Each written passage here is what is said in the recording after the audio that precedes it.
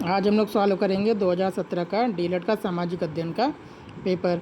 पहला क्वेश्चन, संसार का पहला पालतू पशु था, कौन सा था? कुत्ता था। क्वेश्चन नंबर 2, पहिए का आविष्कार हुआ था, किस काल में हुआ था? नवपाषाण काल में हुआ था। क्वेश्चन नंबर 3, मेसोपोटामिया की सभ्यता का जन्म हुआ था, तो कहाँ पे हुआ था? दजला फरात नदी की घाटी में हुआ था। क्वेश्चन नंबर 4, पिरामिड किस देश में है? तो ये किस देश में? सभी को पता है, मिस्र देश में है। क्वेश्चन नंबर 5, जैन धर्म के संस्थापक थे, कौन थे? ऋषभदेव थे। क्वेश्चन नंबर 6, भारत का सबसे अधिक जनसंख्या वाला राज्य कौन सा है? तो सभी को पता है, उत्तर प्रदेश है। अगला क्वेश्चन, क्वेश्चन नंबर 7, भारतीय लोकतंत्र के समक्ष चुनौती है, तो भारतीय लोकतंत्र के समक्ष क्या चुनौती है? सांप्रदायिकता की चुनौती है। क्वेश्चन नंबर 8, पृथ्वी के निकट कौन सा ग्रह स्थित है? पृथ्वी के निकट सबसे नज़दीक कौन सा ग्रह है? शुक्र ग्रह है, जो कि कई, अगर आप गूगल पे देखेंगे, बुध ग्रह दिया है, लेकिन एनसीईआरटी में शुक्र ग्रह है, तो शुक्र ग्रह पर ही लगाना है।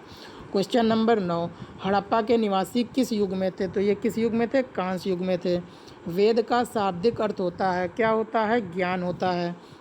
भारत का सबसे लंबी तट रेखा वाला राज्य कौन सा है? गुजरात है। क्वेश्चन नंबर 12, कैनियन या दर्रा का निर्माण होता है, किससे होता है? नदी द्वारा होता है। क्वेश्चन नंबर 13, वायुमंडल में किस स्तर में सर्वाधिक मौसमी घटनाएं पाई जाती है? कहाँ पाई जाती हैं? क्षोभ मंडल में पाई जाती हैं। भारत में किस प्रकार की दलीय व्यवस्था है? कौन सी दलीय व्यवस्था है? बहुदलीय व्यवस्था है, कि कोई आप जितनी भी पार्टी आप बना के चुनाव लड़ सकते हैं। क्वेश्चन नंबर 15, पंचायती राज व्यवस्था में पंचायत समिति किस स्तर पर काम करती है? ब्लॉक स्तर पर गठित होती है। क्वेश्चन नंबर 16, प्राचीन भारत के 2 महाकाव्यों के नाम लिखिए, तो महाभारत हो गया और हमारा महाभारत और रामायण हो गया। क्वेश्चन नंबर 17, पैगोडा क्या है? पैगोडा क्या है? पैगोडा एक बहुस्तरीय मीनार है, जिसकी उत्पत्ति बौद्ध स्तूप से हुई थी, और जिसका उपयोग बौद्ध ग्रंथ और बौद्ध पवित्र वस्तुओं को रखने के लिए किया जाता है। जैसे कि बाद में कोणार्क मंदिर बन गया, जिसको हम लोग ब्लैक पैगोडा कहते हैं, और जगन्नाथ मंदिर हुआ, जिसको हम लोग सफ़ेद पैगोडा कहते हैं। क्वेश्चन नंबर 18, भारत में जनसंख्या वृद्धि के कारण लिखिए, तो इसमें पहला कारण क्या है? कि यहाँ पे जन्म दर काफ़ी ज़्यादा है। दूसरा क्या है? कि मृत्यु दर में कमी हो गई, क्योंकि विज्ञान की तरक्की होने के कारण क्या होगा कि पहले जैसे लोग छोटी छोटी बीमारियों से मृत्यु हो जाती थी, लेकिन विज्ञान की तरक्की के बाद क्या हुआ कि मृत्यु दर में काफ़ी कमी आ गई। तीसरा कारण क्या है? कि जैसे यहाँ पे कम उम्र में शादी करा दी जाती है। चौथा कारण क्या है? कि यहाँ पे परिवार नियोजन की व्यवस्था उतनी नहीं है, लोग उतना उसको नहीं अपनाते हैं। पाँचवा क्या है? कि कॉन्ट्रासेप्टिव क्या लोग यहाँ पे यूज़ बिल्कुल नहीं या ना के बराबर ही करते हैं। क्वेश्चन नंबर 19, राष्ट्रगान के रचयिता कौन है? तो राष्ट्रगान के रचयिता कौन है? रविन्द्रनाथ टैगोर हैं। क्वेश्चन नंबर 20, वायुमंडल पृथ्वी से क्या जुड़ा हुआ है? तो बिल्कुल जुड़ा हुआ है। क्वेश्चन नंबर 21 में पूछा जा रहा है, पर्यावरण प्रदूषण के 2 कारण बताइए। तो पर्यावरण प्रदूषण 2 कारणों से मेनली होता है, एक पहला प्राकृतिक कारण है और दूसरा क्या है? मानवीय कारण है। जैसे कि प्राकृतिक कारण में क्या किया जाएगा? जैसे ज्वालामुखी हो गया, जंगल में आग लगना हो गया, और प्राकृतिक गैस का रिसाव हो गया, तो इसको हम लोग क्या कह सकते हैं? प्राकृतिक कारण कह सकते हैं। दूसरा क्या है? मानवीय कारण है, जैसे औद्योगिकीकरण हो रहा है, परिवहन से जो निकलने वाला धुआं हो गया, और कृषि हो गया, ये हमारा किस में आ जाएगा? ये हमारा सब मानवीय कारण में आ जाएगा। अब हम लोग अगला क्वेश्चन देखते हैं, क्वेश्चन नंबर 22, कि जलमंडल क्या है? तो जलमंडल किसे कहते हैं? कि किसी ग्रह का सारा पानी जो सतह पर हो, या भूमिगत हो, या वायुमंडल में मौजूद हो, उसको हम लोग क्या कहते हैं? जलमंडल कहते हैं। अब जैसे हम लोग समझ सकते हैं कि पानी चाहे समुद्र में हो, या नदी में हो, या हिमालय में बर्फ़ के फॉर्म में जमा हो, या जो वायु में जलवाष्प के फॉर्म में है, इन सभी को जब हम लोग मिला देते हैं, तो ये क्या हो जाता है? कि हमारा जलमंडल बन जाता है। क्वेश्चन नंबर 23, पारिस्थितिकी तंत्र किसे कहते हैं? पारिस्थितिकी तंत्र किसे कहते हैं? कि जिसमें सभी जीवित जीव हों या जैविक घटक हों, वो अपने भौतिक वातावरण के साथ परस्पर क्रिया करते हैं, तो उसको हम लोग क्या कहते हैं? पारिस्थितिकी तंत्र कहते हैं। क्वेश्चन नंबर 24, भूकंप किसे कहते हैं? तो भूकंप किसे कहते हैं? पृथ्वी की भूपर्पटी में संग्रहित ऊर्जा के अचानक बाहर निकलने को हम लोग क्या कहते हैं? भूकंप कहते हैं।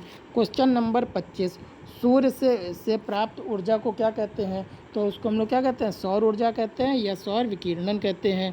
क्वेश्चन नंबर 26, वर्षण किसे कहते हैं? तो वर्षण एक ऐसी प्रक्रिया है जिसमें वायुमंडल में मौजूद जलवाष्प की संघनित होकर बादलों का रूप लेता है और फिर यह जल की बूंदों या हिमकणों के रूप में वर्षा या हिमपात के रूप में पृथ्वी पर गिरता है, जिसको हम लोग क्या कहते हैं?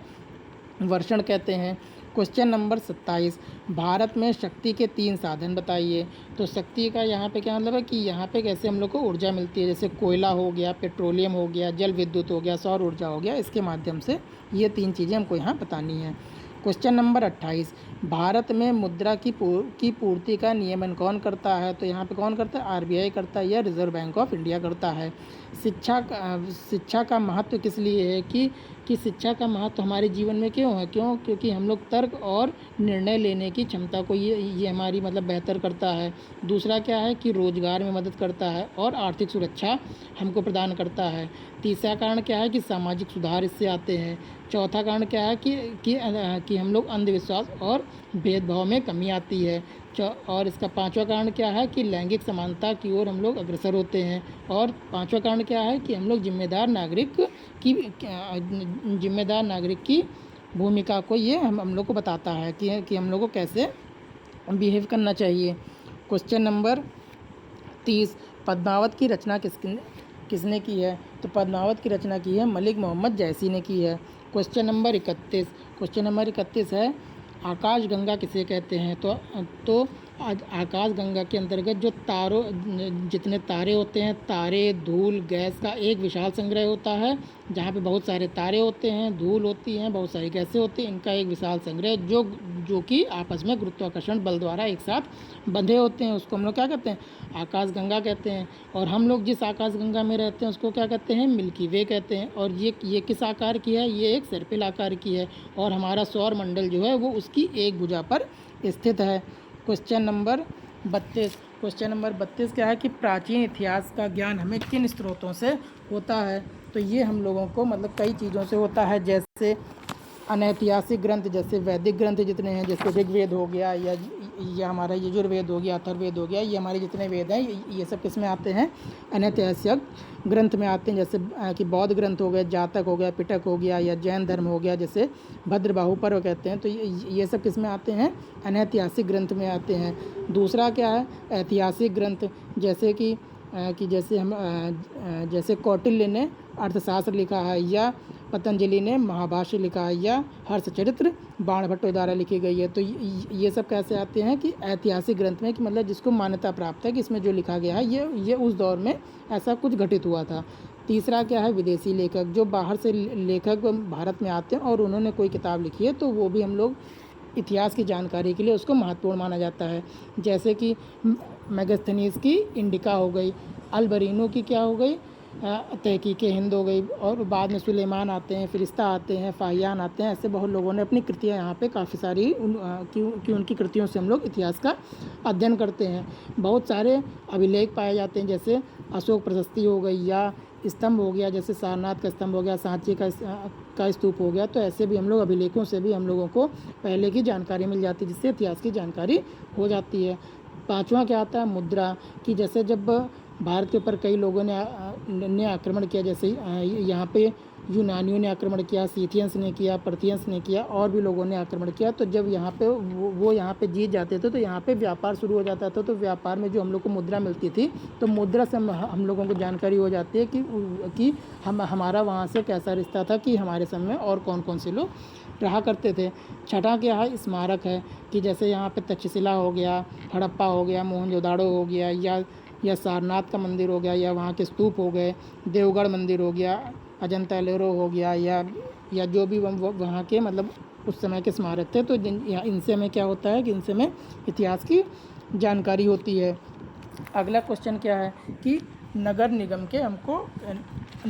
के कार्यों का वर्णन करना है, कि नगर निगम यहाँ पे क्या क्या काम करता है। तो नगर निगम का क्या क्या काम है कि नालियों, शौचालय आदि का निर्माण कराना है और क्या करना है, इनकी देखभाल करनी है। दूसरा क्या है कि जहाँ भी कूड़ा और गंदगी है इसकी क्या करना है, साफ़ सफाई करना है। तीसरा कारण क्या है कि यहाँ पे लोगों को स्वच्छ पेयजल का प्रबंध करना है। चौथा क्या है कि चाहे मतलब गलियाँ हों, पुल हों, उद्योग हों या उद्यान हो, सभी की साफ़ सफाई इनका काम है। चौथा क्या है, यहाँ पे जो भी मनुष्य हैं या पशु हैं उनके लिए चिकित्सा केंद्र की स्थापना करना है। छठा क्या है कि छुआछूत जैसी बीमारियों को मतलब रोकना है। और छठा क्या है कि सरकारी विद्यालय हो गए, पुस्तकालय हो गए आदि की क्या करना है, स्थापना करना है। फिर अगला क्वेश्चन क्या है इसके बाद, हम लोग कहाँ पहुँच गए थे, नगर निगम। हाँ, क्वेश्चन नंबर 34, हड़प्पा संस्कृति के आर्थिक एवं धार्मिक जीवन का वर्णन कीजिए। कि अब हड़प्पा समय के काल के आर्थिक जीवन में अगर हम लोग देखते हैं कि पहले का आर्थिक जीवन कैसा था, तो हम लोग उस समय क्या क्या किया करते थे। जैसे वो उस समय में मेनली लोग कृषि पर जीवन यापन करते थे, तो वहाँ पे क्या खेती होती थी, गेहूँ और जौ की होती थी। पशुपालन करते थे, जैसे अपना गाय बैल ये सब ये पालते थे। उद्योग कौन कौन से थे कि वहाँ पे मतलब कपास का उद्योग था, वहाँ पे सूत काटते थे लोग, व्यापार करते थे, या वहाँ पे चूड़ी आभूषण बाकी चीज़ों का यहाँ पे व्यापार हुआ करता था।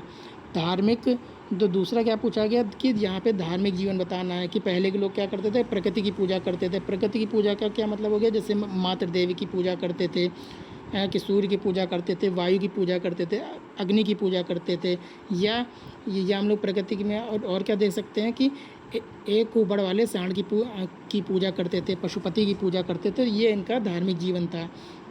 क्वेश्चन नंबर 35 कि जैव मंडल क्या है, कि जैव मंडल उसे कहते हैं पृथ्वी के उस परिवेश को कहा जाता है जहाँ पे स्थल मंडल, वायुमंडल और जल मंडल तीनों मिलते हैं, और जहाँ पर जीवन संभव है उसको हम लोग क्या कहते हैं, उसको हम लोग जीव मंडल कहते हैं।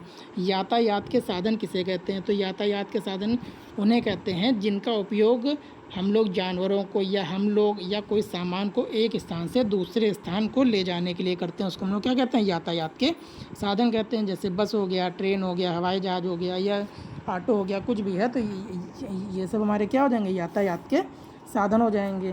क्वेश्चन नंबर 37, भारत में संसदीय सरकार है, कथन को स्पष्ट कीजिए। कि भारत में संसदीय सरकार है, कि इसको अगर हिंदी में पढ़ेंगे तो शायद समझ में ना आए। इसको क्या कहते हैं कि पार्लियामेंट्री गवर्नमेंट है भारत में।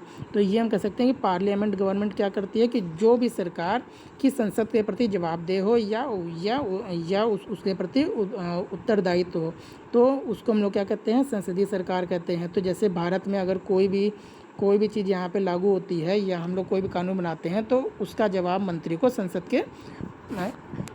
के पटल पर देना होता है। क्वेश्चन नंबर 38, हिमालय पर्वत से क्या लाभ है। हिमालय पर्वत से क्या लाभ, अगर हमारे पास हिमालय पर्वत ना होता, ये क्वेश्चन 2016 में भी एक बार पूछा जा चुका है। तो हिमालय पर्वत से क्या लाभ है कि जैसे यहाँ पे अगर हिमालय पर्वत यहाँ पे ना होता तो हमारे पास क्या होता कि यहाँ पे वहाँ की ठंडी हवा यूरोप की भारत में आ जाती, तो यहाँ पे कृषि योग्य भूमि ना होती, खनिज भंडार ना होते, जैव विविधताएँ ना होती, जलवायु यहाँ पे बिल्कुल यहाँ पे ठंडी होती, तो ये यहाँ पे जैव विविधता बिल्कुल ख़त्म हो जाती, तो यहाँ पे ये सब चीज़ें ना होती, तो यही सब इनके लाभ हैं। अगला क्वेश्चन क्या है, क्वेश्चन नंबर 39 इसमें है कि अच्छे नागरिकों के गुण बताने हैं। तो अच्छे नागरिक क्या क्या करते हैं कि कानून का पालन करते हैं, और क्या होता है कि जो अच्छे नागरिक होते हैं शिक्षित और जागरूक रहते हैं। तीसरा क्या है कि लोकतंत्र की प्रक्रिया में शामिल होते हैं। चौथा क्या है, समानता और समता में विश्वास करते हैं। पांचवा क्या है कि पर्यावरण और प्राकृतिक संसाधनों का संरक्षण करते हैं। क्वेश्चन नंबर 40, भारत का मानचित्र बनाकर निम्नलिखित स्थानों को दर्शाइए। तो कुशीनगर, सारनाथ, कोणार्क और प्रयाग। तो 3 तो इसमें यूपी में ही हैं और एक सिर्फ उड़ीसा में है। कोणार्क मंदिर है, अगर आप अपना मैप में देखिएगा, जहाँ पे उड़ीसा है बिल्कुल तटीय मैदान जहाँ पे बंगाल की खाड़ी के पास लगता है, थोड़ा ऊपर करके आप बना दीजिएगा तो आपका बिल्कुल कोणार्क बन जाएगा। कुशीनगर कहाँ है, कुशीनगर यूपी और बिहार के बॉर्डर पे है, तो बिल्कुल थोड़ा ऊपर बनाइएगा, आ जाएगा। और हमारा क्या बचा, सारनाथ और प्रयाग बचा। प्रयाग नीचे से जहाँ यूपी का मैप ख़त्म होता है और जहाँ झांसी साइड मुड़ा हुआ है उसके थोड़ा सा बाईं साइड आप बनाइएगा, प्रयाग आ जाएगा, और उसके थोड़ा ऊपर करके दाहिनी साइड, प्रयाग के दाहिनी साइड आप उसको सारनाथ को बना सकते हैं। तो इस तरीके से आपका 2017 का पेपर पूरा सॉल्व हो गया। जिसको अगर कोई समस्या होगी तो कमेंट में क्वेश्चन पूछ सकता है। इसका हम लोग अब 2018 का पेपर कल इसका आपको अपलोड करके मिल जाएगा।